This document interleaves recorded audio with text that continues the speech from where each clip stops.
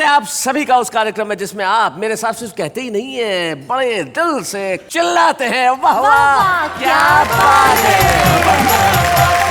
अब चिल्लाते इसलिए कि भाई जो खुशी होती है जब आदमी के हृदय में जब वो भरपूर होती है तो जुबान पे आती है, और जब जुबान पे आती है तो वो सारे जमाने को दिखाना भी चाहता है। और वाह वाह क्या बात है में इतनी खुशियां मिलती है आपके हृदय को कि आप सारे जमाने को कहते हैं वाह वाह क्या बात है। तो मैं आपका दोस्त शैलेश लोढ़ा और मेरी दोस्त नेहा के मेहता यानी अंजलि तारक मेहता, और हम दोनों मिलके हमारे इन तमाम दोस्तों का फिर से स्वागत करते हैं जो कल से हमारे साथ हैं। उस मकर संक्रांति के महा मेगा एपिसोड में पेच लड़ा रहे हैं कविताओं के और सुना रहे हैं कुछ ऐसा कि आपको भी आनंद आ रहा है। जितनी मिठास तिल और गुड़ के लड्डुओं में होती है उतनी ही मिठास यहाँ इन कविताओं में है, और जितने पेच आसमान में पतंगों के लड़ते हैं उतने ही यहाँ शेरो शायरी और कविता के जिस तरह से डोर कट जाती है यहाँ भी कुछ ऐसा ही हो रहा है। तो आइए एक बार स्वागत करें हमारे कवियों का और कहें वाह वाह क्या बात है।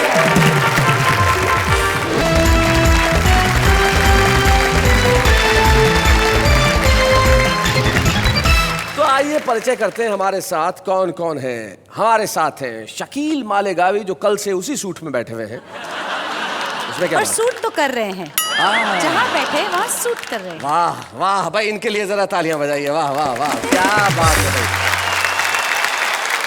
मैं ये शब्द सुनने के लिए कई साल से बेताब था, तरस रहे थे। शूट कर रहे हैं, मुझे बड़ा अच्छा। हाय हाय हाय हाय हाय। देखो आप कविताओं की पंक्तियों को इसी तरह अपने शब्दों से शूट करें और भगवान करें कि शकील मालेगावी जिंदगी भर आपको शूट करें।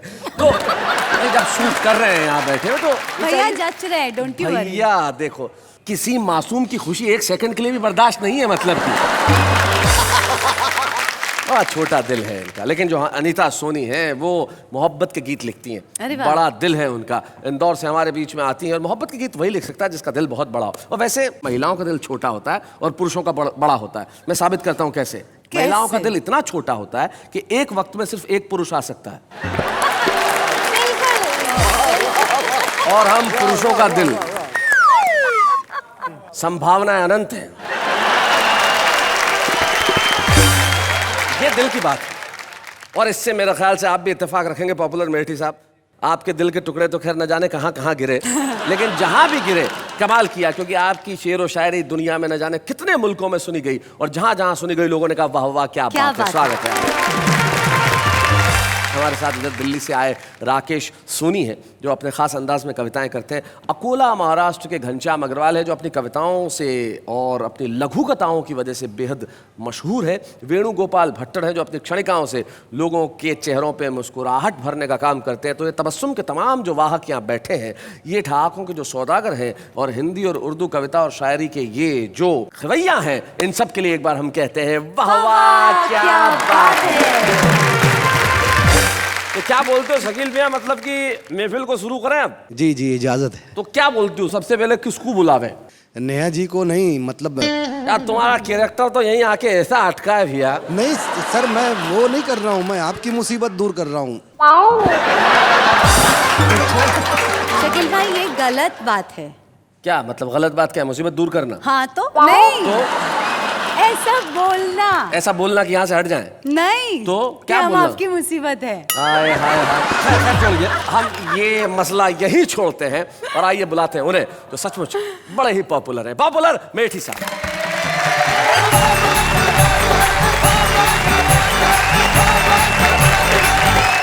मैं चार पंक्तियाँ आपके समक्ष रख रहा हूँ। इरशाद सुना है पॉपुलर भाई। कि जुबैदा, करिश्मा, करीना, नसीमा, अगर कोई हो तो मुझे माफ कर दें। जुबैदा, करिश्मा, करीना, नसीमा, चलो आज सबको दिखा दूं सनीमा। मेरी उम्र क्या है ये क्यों पूछती हो, कहीं इश्क का जोश होता है धीमा। जुबैदा क्या बात, कुछ अनीता कुछ कहना चाह रही थी आप इस पे?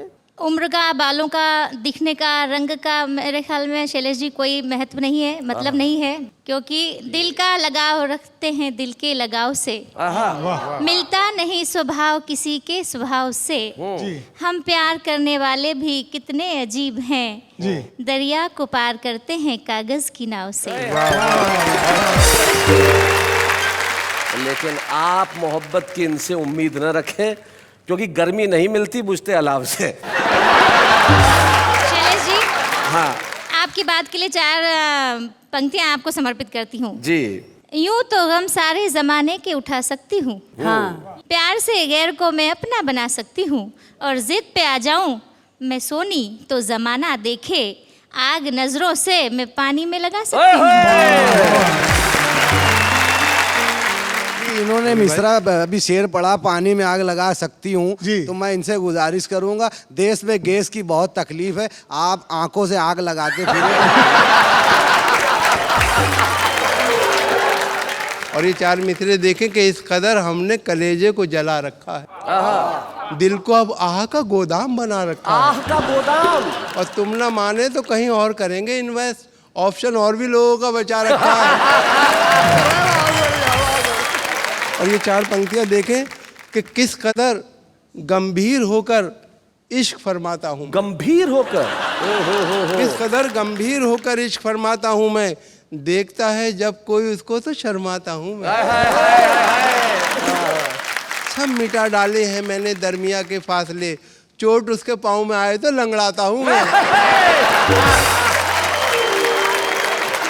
और ये 4 पंक्तियां देखें कि आशिकी भी दोस्तों क्या क्लासिकल संगीत थी। आशिकी भी दोस्तों, आशिकी भी दोस्तों क्या क्लासिकल संगीत थी, राग तोड़ी जाने क्या था, जाने क्या गाते रहे, जिंदगी भर इश्क का इजहार करने के लिए वो भी हकलाते रहे और हम भी हकलाते रहे।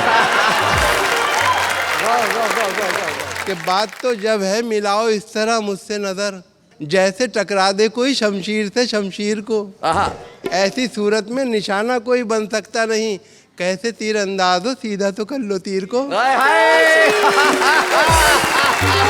बात तो जब है, और फूल से जख्मों का मरहम ढूंढती रह जाओगी, फूल से जख्मों का मरहम ढूंढती रह जाओगी, अपना हमदर्द और हमदम ढूंढती रह जाओगी, जब कभी सूरज की किरणें तुम पे डालेंगी नजर, तुम मुझे मेरी शबनम ढूंढती रह जाओगी।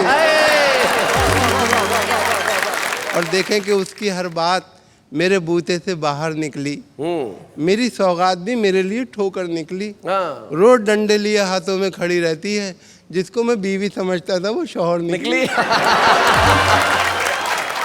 और तुम क्या समझोगे तमाचों का हुनर, तमाचों का हुनर। वाह। तुम क्या समझोगे तमाचों का हुनर, जिंदगी बीवी ने ये गुलजार की, और मैं तो टॉनिक ले रहा हूँ सुबह शाम, देख लो सुर्खी मेरे रुखसार की। कि एक्सरे देख के बेसाख्ता सर्जन ने कहा, तेरे भेजे में भी एहसास का कांटा निकला। और हुस्न वालों ने बहुत जम के किया है पथराव, तेरे सर में तो बड़ा काम रफू का निकला। अरे क्या बात है, बहुत अच्छे। और ये 4 पंक्तियां और सुना। कि खूब हंसते हैं तेरे अब्बा जी, उनको मैं गम से आशना कर दूं। खूब हंसते हैं तेरे अब्बा जी, उनको मैं गम से आशना कर दूं, मेरे दिल में बस इतनी ख्वाहिश है तेरे घर में मुशायरा कर दूं।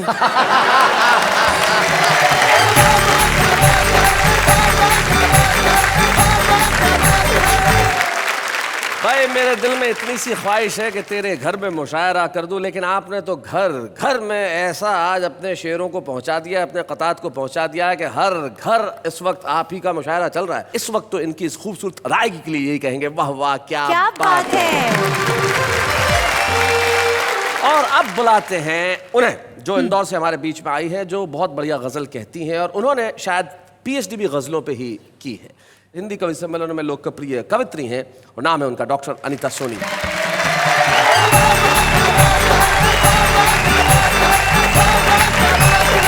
अनीता जी, स्वागत है आपका। Oh Neha, thank you. Oh my God. चलिए कविता शुरू करती। 4 पंक्तियां पढ़ती हूँ कि यहाँ आकर आज मुझे कैसा लग रहा है। जी। कांटों पे चल के आज तेरा प्यार पा लिया, वाह वाह। हर बूंद को लहू की सितारा बना लिया। पतझड़ दिए थे इश्क ने सौगात में, मगर पतझड़ दिए थे इश्क ने सौगात में, मगर मैंने समय की जेब से सावन चुरा लिया। मैंने समय की जेब से सावन चुरा लिया। आप इतना अच्छा आपने सुना, दाद दी। 4 पंक्तियों के आप हकदार हो गए हैं। स्वागत। सुना। मोती को आसमान का आंसू बना दिया। वाह। तारीफ करके हुस्न को जादू बना दिया। हर झूठ अच्छा लगता है उसकी जबान से, खुद फूल बन गए मुझे खुशबू बना दिया। ऐसे ही उसने आज उल्लू बना दिया। ऐसा नहीं है शैलेश जी, महिलाएं उल्लू ही नहीं बनाती, आप सबका हमारे घरों उल्लू में पालती जरूर है घर में एक एक। ऐसा ना सोचें, आप सबका, आप पुरुषों का हमारे घर में, हमारे स्त्रियों के मन में क्या स्थान है, क्या जगह है। 4 पंक्तियां आपको समर्पित करती हूँ और नेहा की तरफ से करती हूँ। जी। न हो जब हम सफर, कोई सफर अच्छा नहीं लगता। क्या बात है। तो रंगो नूर बरसाता नगर अच्छा नहीं लगता। क्या बात है। वाह वाह। अगर तन्हाइयों को बांटने वाला न हो कोई, वाह। अनीता सोने चांदी का भी घर अच्छा नहीं लगता भाई। क्या बात है। बहुत धन्यवाद शैलेश जी। और अब आप सहमत हो गए होंगे कि आपका कितना सम्मान है दिलों जी, में, जी, घरों जी, में, बिल्कुल। आप सबका, आप सब सुनने वालों का। शकील साहब के यहाँ एक बार कवि सम्मेलन में मुझे जाना हुआ था, इनके घर पर मेरा रहना हुआ। इनकी धर्मपत्नी से मैंने कहा कि भाभी जी, शकील साहब तो बहुत ही उम्दा किस्म के शायर और इतने बड़े नाज़िम मुशायरा है। तो उन्होंने कहा, अरे अनीता जी, ये सब हाथी के दांत है, ये देखने के हैं। तो उन्होंने जो कुछ कहा वो मैंने इस गीत में लिखा। जी। वाणी मेरी और बाकी सारा जो इस गीत का मसाला है वो यहाँ से निकला है। यहाँ से। रे फूट गई तकदीर मारो साजन खेले सट्टो। रे फूट गई तकदीर मारो साजन खेले सट्टो। सारी रात वो बोतल खींचे, सारी रात वो बोतल खींचे, सारी रात वो बोतल खींचे, दिन में पीवे मट्ठो। रे फूट गई तकदीर मारो साजन खेले सट्टो। काली पीली दाल बनाई और ज्वार की बाटी। रे काली पीली दाल बनाई और ज्वार की बाटी। रे हरा चना को साग बनायो, कढ़ी करी रे खाटी। अरे दोनों ही हाथ से लाडू खावे, दोनों हाथ से, दोनों ही हाथ से लाडू खावे, उंगलियां चाटे चट्टो। चट्टो। फूट गई तकदीर मारो साजन खेले सट्टो। मैं खेता खेता काम करूं, वो घर में बैठो रेवे। अरे छोरा छोरी शोर मचावे, फिर भी लेट्यो रेवे। अरे 1.5 साल में 2 बच्चा, 1.5 साल में 2 बच्चा, खानदान पे बट्टो। रे फूट गई तकदीर मारो साजन खेले सट्टो। और साहब, रे चढ़ तो जो बन देख मुछल्ला, अखियां हैं जब गावे। अरे यो कायर भरतार पलंग का नीचे ही छुप जावे। अरे मैं समझी बंदूक थी पर यो निकलियो देसी कट्टो। रे फूट गई तकदीर मारो साजन खेले सट्टो। और आखिरी बंद पढ़ती हूँ। सुबह अपनी पत्नी से बिछड़ते हैं तो सारा दिन उसे पहचानते ही नहीं है कि ये अपनी वही वाली है। तो उसके अंदर की पीड़ा का बंद देखिए कि वो क्या कहना चाहती है। रे सास ननंद से छुप के दिन में मारे पास न आवे। रे सो थकी मांदी जब रात में जौन यो मारी खावे। जब मैं आंख दिखाऊं तो फिर पाँव दबावे पट्ठो। रे फूट गई तकदीर मारो साजन खेले सट्टो। सारी रात वो बोतल खींचे, दिन में पीवे मट्ठो। भाई अनीता जी, आपने बगैर कुछ कहे शकील साहब को बहुत कुछ कह दिया। तब मुझे एक शायर के 2 शेर याद आते हैं कि गुबार दिल से पुराना नहीं निकलता है, कोई भी सुलह का रास्ता नहीं निकलता है, लड़ाई कीजिए मगर सलीके से, शरीफ लोगों में जूता नहीं निकलता है। तो आपने ये जो मगर कुछ कहे बहुत कुछ कह दिया लेकिन कह दिया तो कह दिया। अब ये तो बड़ी पतंग मिठास के साथ जी जी, ये तो पतंगे हैं, यहाँ तो पेश लड़ते रहेंगे और हम आनंद उठा रहे हैं, हंस रहे हैं, खुश हो रहे हैं। आइए इस हंसी और खुशी को और आगे बढ़ाते हैं, द्विगुणित त्रिगुणित और बहुगुणित करते हैं उस कवि के रूप में जो अपने खास अंदाज में कविताएं पढ़ते हैं। नाम है उनका घनश्याम अग्रवाल। जोरदार तालियों से हम स्वागत करते हैं।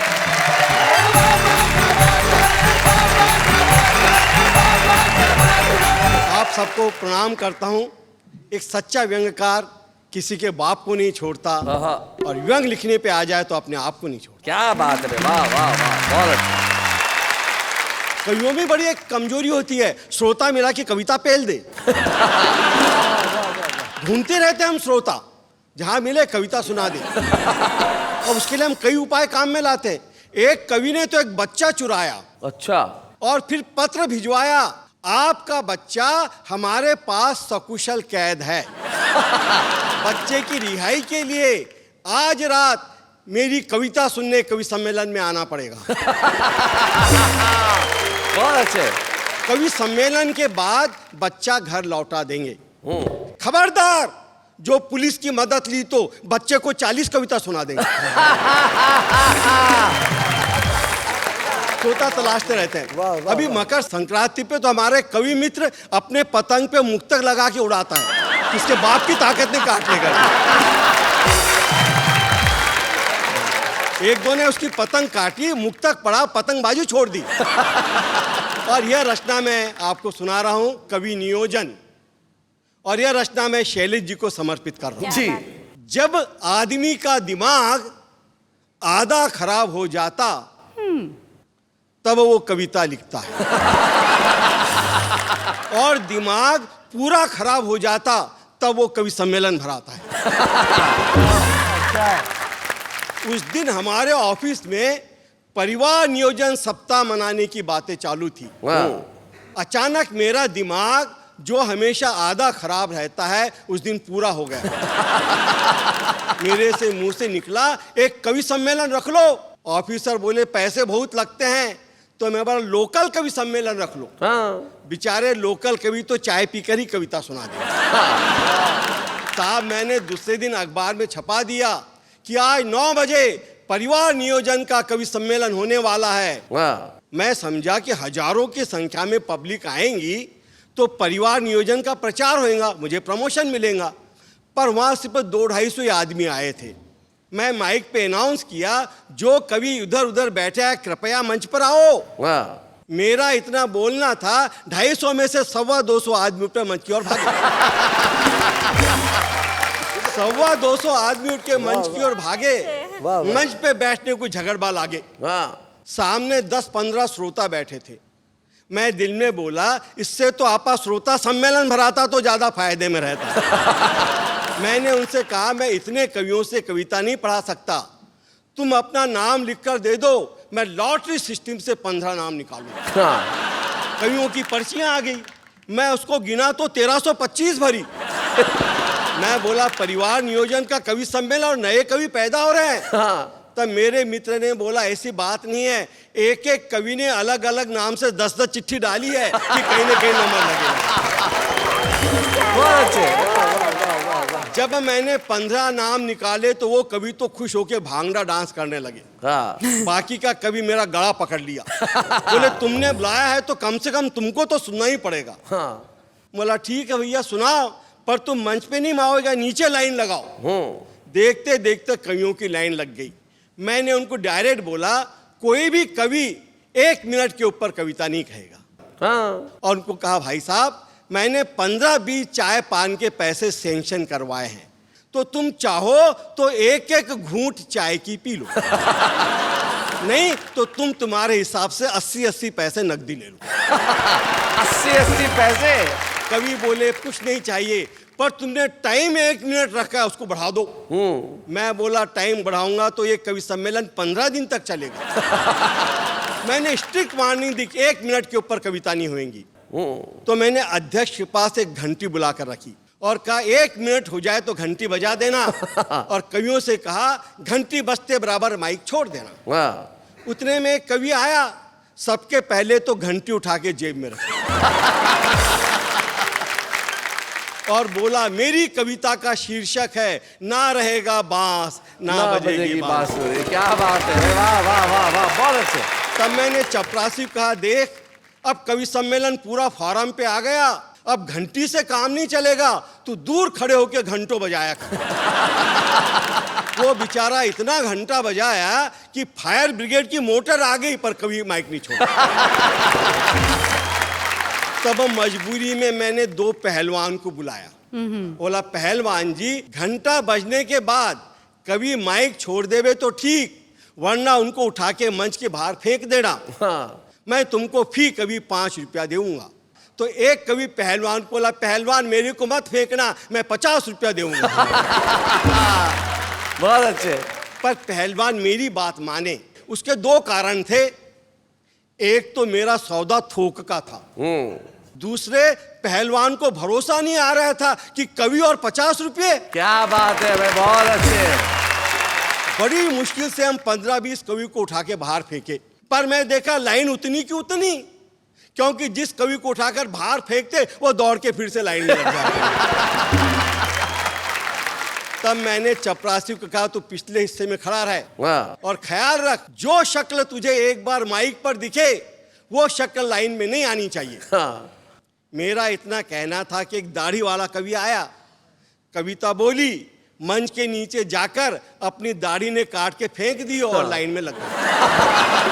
क्या बात है। दूसरा कवि आया, कविता बोली, उस कतरेवी दाढ़ी को चिपकाया और लाइन में लग गया। क्या बात है। मैं समझ गया लाइन में कुछ न कुछ मिस्टेक है। हाँ। मिस्टेक। मैं लाइन की चेकिंग करने गया तो क्या देखता हूँ उस लाइन में 4-5 बच्चे 6-7 साल के भी खड़े थे। मैंने एक बच्चे से बोला क्यों रे तुम भी इस कच्ची उम्र में कविता लिखते हो? बोले नहीं हम ऐसा गंदा काम नहीं करते।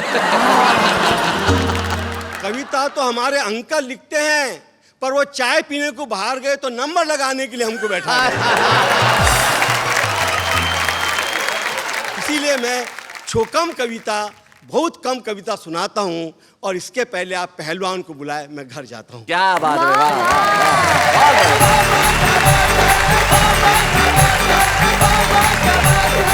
भाई, बिल्कुल सही कहा आपने घनश्याम जी के स्वयं पे व्यंग करना बेहद कठिन काम होता है, लेकिन आपने स्वयं पे व्यंग किया, ये बहुत बड़ी बात है। बहुत बहुत शुक्रिया, वाह वाह, क्या बात है आपके इस अंदाज के लिए, बहुत।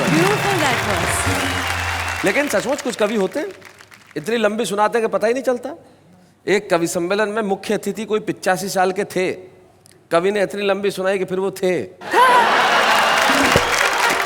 कवि को गिरफ्तार किया गया। जज ने पूछा भाई क्या किया इस कवि ने? बोले साहब मुख्य अतिथि शहीद कर दिए। तो बोले इसको फांसी पे चढ़ा दो। कवि अपनी अंतिम इच्छा बताओ। बोले जज साहब वही कविता आपको सुनाना चाहता हूँ। तो जब ऐसी स्थिति होती है तब एक शायर के 2 शेर मुझे याद आते हैं कि ये तो शायर का अंधेर, एक गजल में 17 शेर।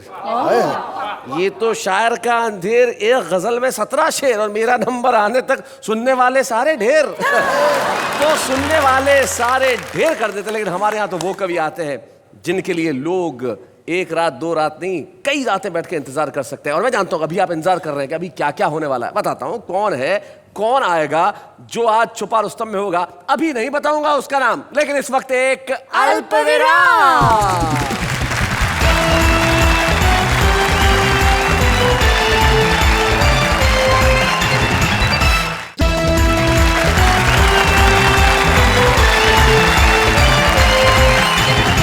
स्वागत है फिर से आपका उसी कार्यक्रम में जिसका नाम है वाह वाह क्या बात है।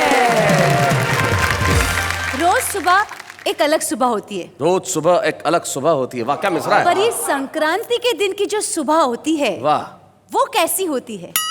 ये सवाल है या कविता है? नहीं, आप कैसे मनाते हैं? मैं रंग खेलता हूँ उस दिन। जमीन चक्कर छोड़ता हूँ, राखी बनवाता हूँ जाके। आप कैसे मनाते हैं? ऐसे नहीं मनाते संक्रांति की सुबह, पतंग जगा के मनाते हैं। तो जब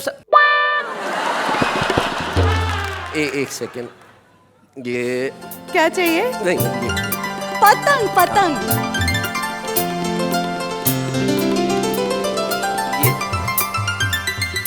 ये पतंग आप देख रही हैं? हाँ मकर संक्रांति के दिन छत पे जाके हम पतंगे उड़ाते हैं।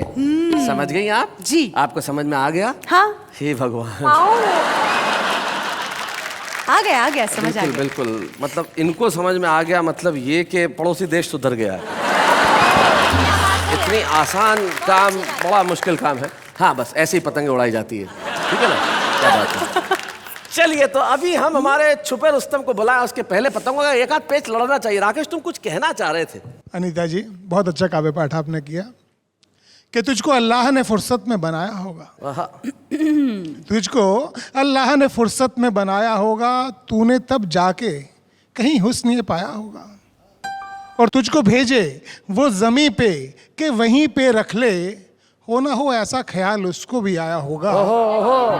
तू भी सोनी मैं भी सोनी, तू भी सोनी मैं भी सोनी, चल कर दें दोनों अनहोनी। ओहो।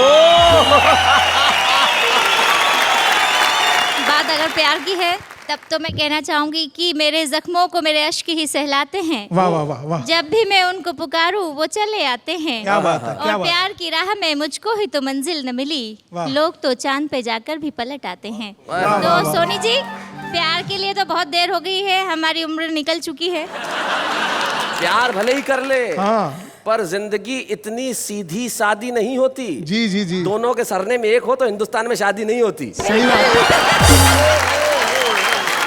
इनकी तरफ से 4 पंक्तियां जी जी जी जी जी जी, कि रोज ही जाना मुझे पड़ता है अब थाने को। हाँ, सुबह से शाम ही हो जाती है घर आने को। हाँ। कभी घूंसे, कभी लाठी, कभी उठक बैठक। हाँ। ये गिदा मिलती है लैला तेरे दीवाने को।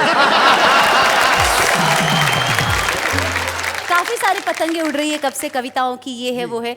आसमान में भी काफी सारे पतंगे कटती है, उड़ती है, चढ़ती है।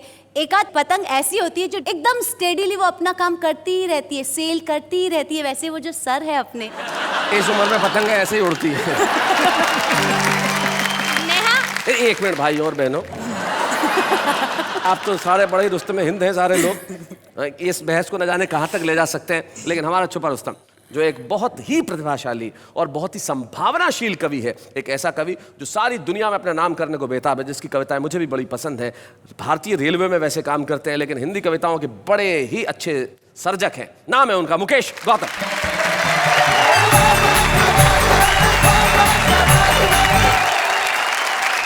बड़ी देर से प्यार मोहब्बत की बातें चल रही थी, नोक झोंक भी चल रही थी। पॉपुलर जी बहुत बढ़िया बात कर रहे थे, बता रहे थे कि घर में मुशायरा हो। लेकिन सर, मैं एक बड़े ज्ञान की बात बताता हूँ, आप बहुत बड़े हैं। पहले किसी शहर में एक आध कवि होता था जी। उस कवि के नाम से शहर की पहचान होती थी। बाद में एक एक शहर में 10-10 कवि होने लगे। यहाँ तक भी लोगों ने झेल लिया, एक एक गली में 8-8, 10-10 कवि होने लगे। यहाँ आके मामला बिगड़ गया। लेकिन शैलेश भाई, सबसे बड़ी हालत खराब होती है जब जब एक घर में एक से ज्यादा कवि हों। और अगर मैं साबित कर दूं तो बताना कि एक कवि और कवियत्री ने आपस में शादी रचाई। सुहाग रात में घूंघट उठाते ही दूल्हे ने दुल्हन को 6 गजल सुनाई। फिर दुल्हन ने 5 गीत, 4 रुबाई। फिर दूल्हे ने अपने 6 गीत सुनाए। फिर दुल्हन ने अपने पुराने गीत गुनगुनाए। दोनों का कवि सम्मेलन रात भर चला। दोनों ने एक दूसरे को खूब दाद दी और दोनों को सुबह याद आया आज तो सुहाग रात थी।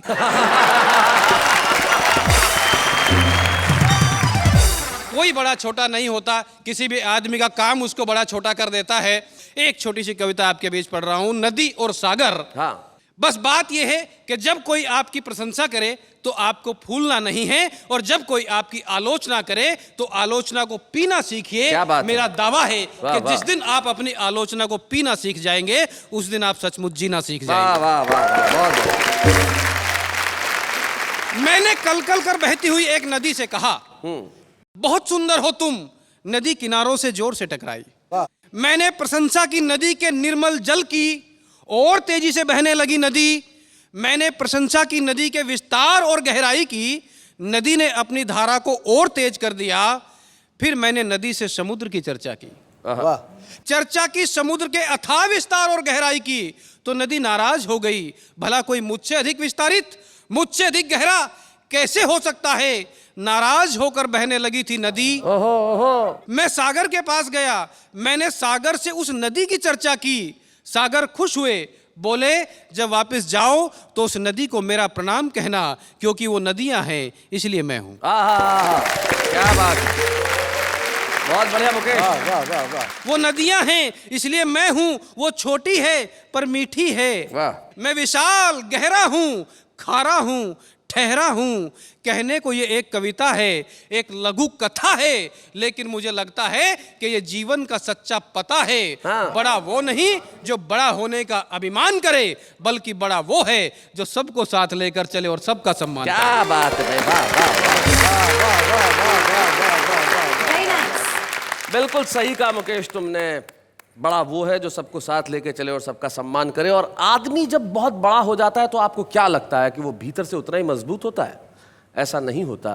तब मुनव्वर राणा का एक शेर मुझे याद आता है जो वो कहते हैं कि बुलंदी देर तक किस शख्स के हिस्से में रहती है, बुलंदी देर तक किस शख्स के हिस्से में रहती है, बहुत ऊंची इमारत हर घड़ी खतरे में रहती है। इसलिए बड़ा होना शायद आसान हो, लेकिन बड़ा बना रहना बड़ा मुश्किल काम है। लेकिन निश्चित तौर पे आज मुझे मालूम है मुकेश गौतम, आज आपने यहाँ छुपे रुस्तम के रूप में कविता पढ़ी। ये बड़े होने की सीढ़ी पे एक बड़ा विशाल कदम है जो आप लेने जा रहे हैं। कल को आप एक देश के बहुत बड़े कवि होंगे और हम आपके लिए तालियां बजाएंगे। और हम आज इस मंच पे आपको एक स्मृति चिन्ह प्रदान करना चाहते हैं।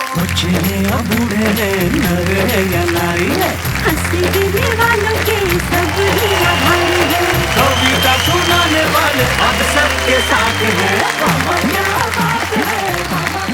तो अभी आपने देखा कि नई पीढ़ी के मुकेश गौतम ने अपनी कविताएं सुनाई और बहुत अच्छे ढंग से सुनाई। आज ये छुपे रुस्तम है, लेकिन कल को सारी दुनिया में इनका नाम होगा। इसलिए आज याद रख लीजिए, कल को आप कहेंगे कि हमने याद नहीं रखा, रख लीजिए मुकेश गौतम है इनका नाम। लेकिन इस वक्त हम लेते हैं एक अल्प विराम।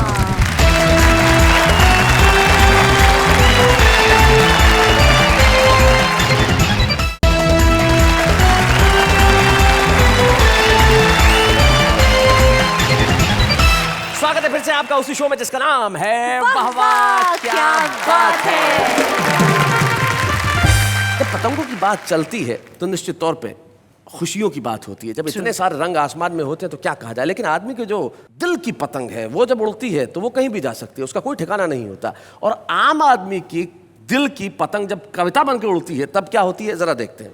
घरवाली से ज्यादा मुझे साली की याद सताती है, घरवाली से ज्यादा मुझे साली की याद सताती है, क्योंकि यार केक के साथ चेरी फ्री आती है। आपके स्माइल ने सारे जहां को हिला दिया, आपके स्माइल ने सारे जहां को हिला दिया, कोमा से जगे मरीज को परमानेंट सुला दिया।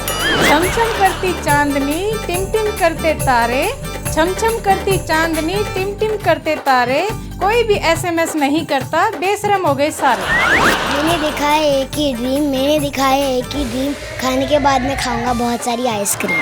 आसमान में जितने तारे हैं, समंदर को जितने किनारे हैं, आंखों में जितने इशारे हैं, उतने ही स्क्रू ढीले तुम्हारे हैं।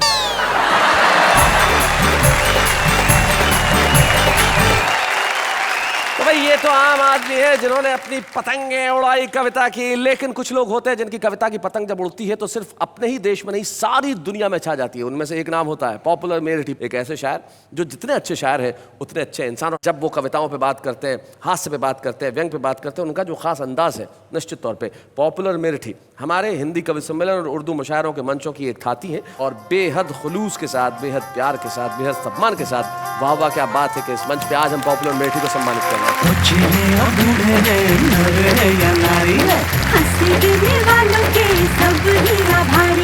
कविता सुनाने वाले अब सबके साथ हैं।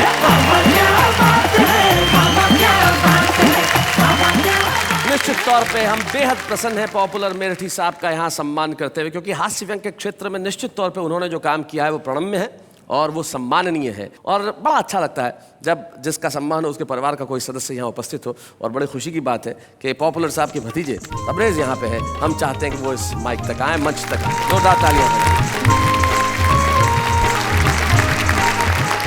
तबरेज़ जी। एक मशहूर शायर का भतीजा होना तो क्या क्या महसूस होता है? बहुत अच्छा महसूस होता है। और चाचा की ज़िंदगी मेरे लिए एक इंस्पिरेशन है जी, क्योंकि इतनी कामयाबी के बाद, इतना ऊंचाइयों के बाद फिर भी उनकी सादा ज़िंदगी जो है उससे मुझे बहुत प्रेरणा मिलती है। क्या बात है, वाह वाह। इनकी कोई खास ऐसी कोई याद जुड़ी हुई है बचपन में जब इन्होंने तुम्हें कुछ चीज़ के लिए डांटा हो, पीटा हो? नहीं, बचपन का मुझे एक वाक़या याद आ रहा है जी। चाचा के साथ एक बार कहीं सफ़र ट्रेन में हुआ था, तो उसमें कुछ शायर भी थे। तो ट्रेन काफ़ी तेज़ चल रही थी, एकदम एक लेडी वहाँ से आई ट्रेन में, जो और वहाँ पे शायर वगैरह बैठे हुए थे। उन्होंने कहा कमाल की औरत है। तो चाचा कहने लगे कि कमाल तो इनके देवर हैं, ये जमाल की औरत है। और इनका कोई खास घर में कुछ खास किसी खास किस्म की आदत है इनकी जो करते हैं? बहुत संजीदा रहते हैं। यहाँ स्टेज पे जो आप इनका रूप देखते हैं, इतना सबको हंसाते रहते हैं, सब लोग हंसते हैं इनकी कविताओं में, लेकिन घर में बहुत संजीदा रहते हैं। क्योंकि घर में चाची सामने रहती है इसलिए। लेकिन तबरेज़ बहुत बहुत शुक्रिया यहाँ आने के लिए। और पॉपुलर साहब, आपका हमने सम्मान किया और सबसे खुशी की बात यह कि मकर संक्रांति का ये जो पर्व है हमने सबने मिल के मनाया। जैसा कि मैंने कहा, हमारे त्यौहार आपस में मिलाने के लिए होते हैं, इसलिए मैं कहता हूँ हमारे लिए हिंदुस्तान सबसे महत्वपूर्ण चीज़ है, वो वतन जो हमारे भीतर बसता है। तब मुनव्वर राणा साहब व्यंग में एक शेर कहते हैं जो मुझे याद आता है। वो कहते हैं कि ये देखकर पतंगे भी हैरान हो गई, ये देखकर पतंगे भी हैरान हो गई, अब तो छतें भी हिंदू मुसलमान हो गई। क्या बात है। आइए Let's not do that. एक बने, नेक बने और कहें वाह वाह क्या बात है।